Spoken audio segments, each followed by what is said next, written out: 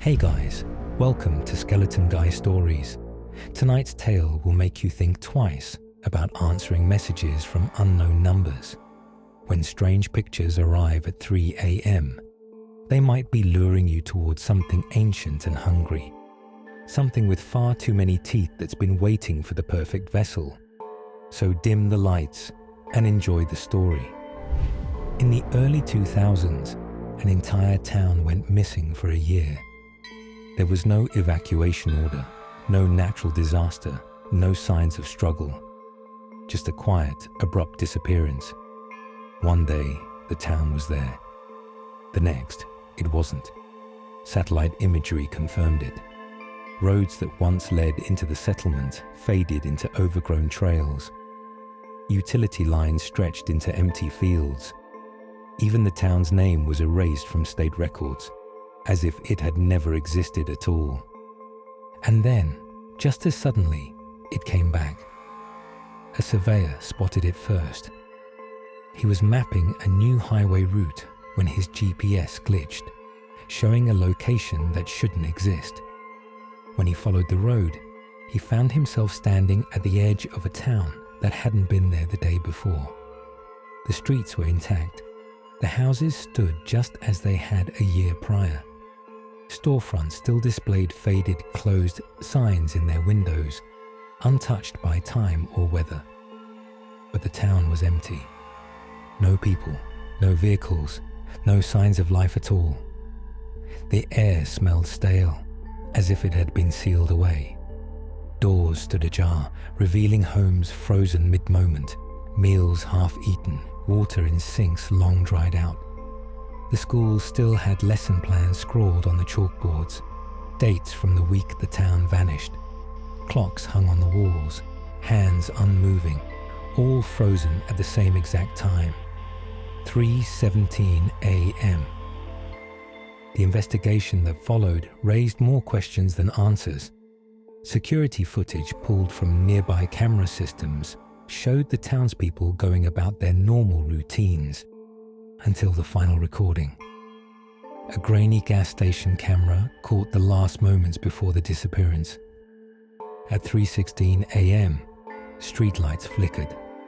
The sky above the town turned a deep, unnatural black. And then, static. When the footage resumed, the town was gone. Authorities tried to make sense of the town's reappearance. Soil samples, radiation tests, air quality scans, all normal. The case was quietly buried, dismissed as a mass evacuation event with no official explanation. The town was left to rot, a curiosity for urban explorers and conspiracy theorists. I still remember reading about this town since I was in high school. The way the news reports buried it, the way online forums dissected every grainy image, every hushed government statement. It wasn't just another ghost town. It was something else, something wrong. And now, after years of research and a month-long journey, I finally found it. The trees parted like a curtain, revealing the road ahead. Faded asphalt, cracked and broken, stretched into the town's outskirts. Buildings stood in the gloom, their silhouettes sharp against the overcast sky. The air was still, too still. No wind, no birds, just a heavy, suffocating quietness. I took a step forward. Gravel crunched beneath my boots. The silence pressed in closer. From where I stood, the town looked untouched by time. A gas station on the corner, its neon sign dark and lifeless. A diner with sun-faded menus still taped to the windows. A row of houses, their doors slightly ajar, as if waiting for someone to step inside. I swallowed hard. The report said it came back exactly as it was, that no dust had settled, no decay had set in. But seeing it with my own eyes was something else entirely. It didn't feel abandoned. It felt paused. I checked my watch. Male 5:32. If the stories were true, I had until 3:17 a.m. before I had to start worrying. I should turn back. I should set up camp outside, watch from a safe distance. But I've come too far to hesitate now. Taking a breath, I stepped over the threshold, and the town swallowed me whole. For the first few hours, I explored every corner of the town. I wandered through silent streets, past gleaming street signs, past pavement untouched by time. The houses stood like perfect snapshots of the past. Front doors left ajar, curtains swaying in the still air, as if someone had just walked out moments ago. I stepped into one home after another, moving through kitchens where spotless plates still sat on dining tables, past living rooms where televisions were frozen mid-broadcast, their screens unbroken but lifeless. Bedrooms were eerily intact, sheets still creased from where bodies had once slept, closets filled with clothes that smelled faintly of detergent. Everything was preserved, paused. If this had been a living, breathing neighborhood, I would have been seen as a burglar, maybe even arrested. But there was no one left to call the cops, no one left to care. And yet, as I roamed through the town, I couldn't shake the feeling that I wasn't alone. I continued exploring until nightfall, and I swear to you, every time I turned a corner, I could see something. Just at the edge of my vision, figures standing perfectly still, watching. But every time I snapped my head around, there was nothing. Just empty streets, dimly lit by streetlights that shouldn't still be working. I told myself it was just my imagination. The mind plays tricks when you're alone in a place like this. Shadows stretch wrong. But deep down, I knew better. I wasn't alone. Now, if I were a normal person, I would have turned around and gotten the hell out of there. Any sane person would have. But unfortunately, I'm not normal. I had something to prove. I could still hear my father's voice, clear as the day he first said it. Alex, give up on this dream. Go pursue a real future, he had told me one evening, watching me push my food around my plate. This town isn't real. Your mother and I, we're starting to worry about this obsession.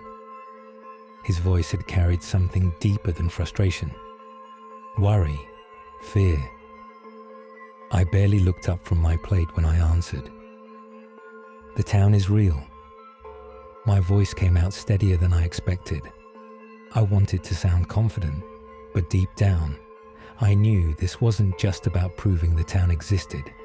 It was about proving I was right. Dad sighed, setting his fork down with a dull clink. Alex, listen to yourself. You're talking like one of those conspiracy theorists. There's no proof. There never was. That's because they buried it, I snapped, finally looking at him. Every official report contradicts itself. The satellite images, the real ones, don't match what the public records say. Even people who lived nearby said the roads just stopped leading there after it vanished. You think that's normal? Mom shifted uncomfortably in her seat, glancing between us. Honey, You think I'm crazy, don't you? My stomach was in knots. Dad sighed again, rubbing his temples. It's not about crazy, Alex. It's about moving on. About not wasting your life chasing ghosts. Healthy. That was always their word for it. Like I was sick. Like my need to know was some kind of disease. I pushed my chair back, standing up. You think I'm wasting my life? Fine.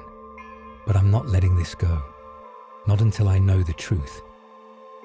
And now, here I was, standing in the middle of the town that supposedly didn't exist. They had been wrong. I had been right. But as I stood there, the darkness pressing in, that feeling of unseen eyes lingering at the edge of my vision, I started to wonder, had I made a mistake? As night deepened, something shifted. That nagging feeling that I wasn't alone grew louder. Those things I had glimpsed in the corners of my vision weren't just flickers anymore. They were closer now, so close I could almost hear the soft shuffle of their feet on the pavement. And I could see them, clearly now. At first I thought I was imagining it. After all, the mind plays tricks in silence like this. But no, they were real, and they were smiling, not normal smiles. These stretched unnaturally across their faces, as if their lips couldn't stop curling upward, no matter how hard they tried to break free. And their eyes, God, their eyes, they weren't just blank. They were pale, bloodshot, like they hadn't blinked in years. Their eyes stared at me, wide and unblinking, as if they had been frozen in place for decades, until now, until me. I don't know how many there were. 5, 6. They appeared from behind buildings, from doorways, slowly inching toward me, their smiles never faltering.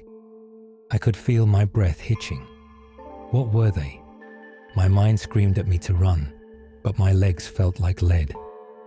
One of them took a step forward, and I could hear the creak of their joints, a sound that made my skin crawl. Their smile grew wider, impossibly wide. I took a shaky step back, but my feet felt glued to the ground.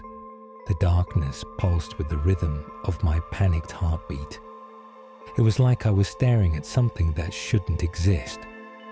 But they were here, and they were waiting. The air shifted again, stale, thick, and I could feel it. The moment was approaching. 3:17 a.m. was closing in. It was around 3:15 a.m. when they finally spoke. At first, it was just a murmur, something barely audible. It was unintelligible, a jumble of sounds that scraped against my nerves. My skin prickled, and every instinct screamed to run. But then, as the clock ticked closer to 3:17, their voices clarified. In perfect, chilling unison, all of them spoke. "Alex, you're going to join us. There's no getting out." The words hit me like a punch. My breath caught in my throat, a cold shiver crawling down my spine. How did they know my name? I staggered back, my mind struggling to process what I was hearing. There was no way they could know me. They were just things stuck in time. But they repeated it, over and over, each of them speaking in perfect harmony, their voices twisted and warped, yet unmistakably clear. "Alex, you're going to join us. There's no getting out." It wasn't just a warning. It was a fact. The way they said my name, it wasn't just recognition. It was ownership, as if they had always known me, as if they had been waiting. I stumbled back, almost tripping as I tried to make sense of it. Who were they? What were they? Why did they want me? And was I the first, or had they taken others before? Their smiles stretched wider, those unnatural grins growing with every passing second, and their eyes, those dead, lifeless eyes, never left me. They were watching, waiting, and all I could do was stand there paralyzed. I tried to move, to run, but my body felt heavy. Every instinct told me to flee, but my feet wouldn't respond.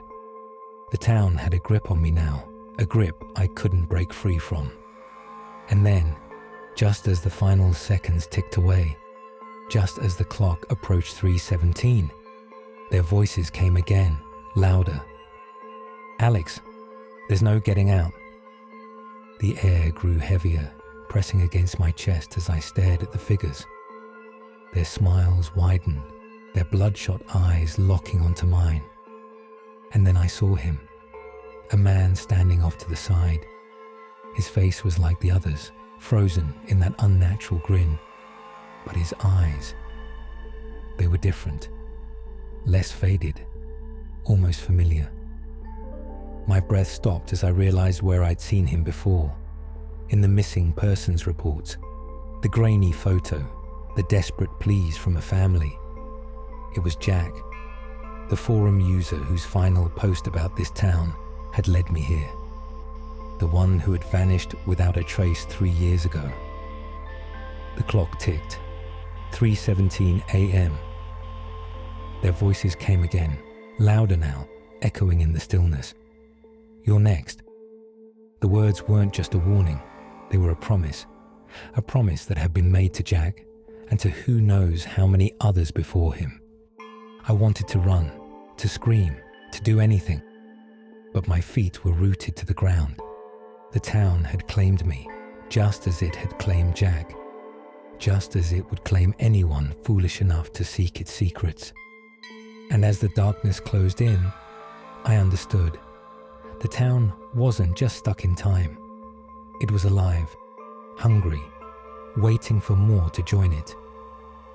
My phone's camera was still recording, broadcasting to the forum where I'd promised to prove the town's existence once and for all. I managed one final warning before the darkness swallowed me completely. Don't come looking. The town is real, and now it's waiting for you. This was the last known video of Alex Chen, found on a live stream that abruptly cut to static at exactly 3:17 a.m. Authorities searched the coordinates provided in Alex's final post, but found nothing. No town, no remains, no evidence anyone had ever been there. Just empty fields and a road that led nowhere. Until now. Until you found this story. The town is always looking for new visitors, new believers. And it knows you're interested. It knows your name. It's waiting for you. 3:17 a.m. isn't far away. This is it, guys. Hope you liked the story. If you enjoyed it, don't forget to like and subscribe so you never miss a new nightmare. Good luck.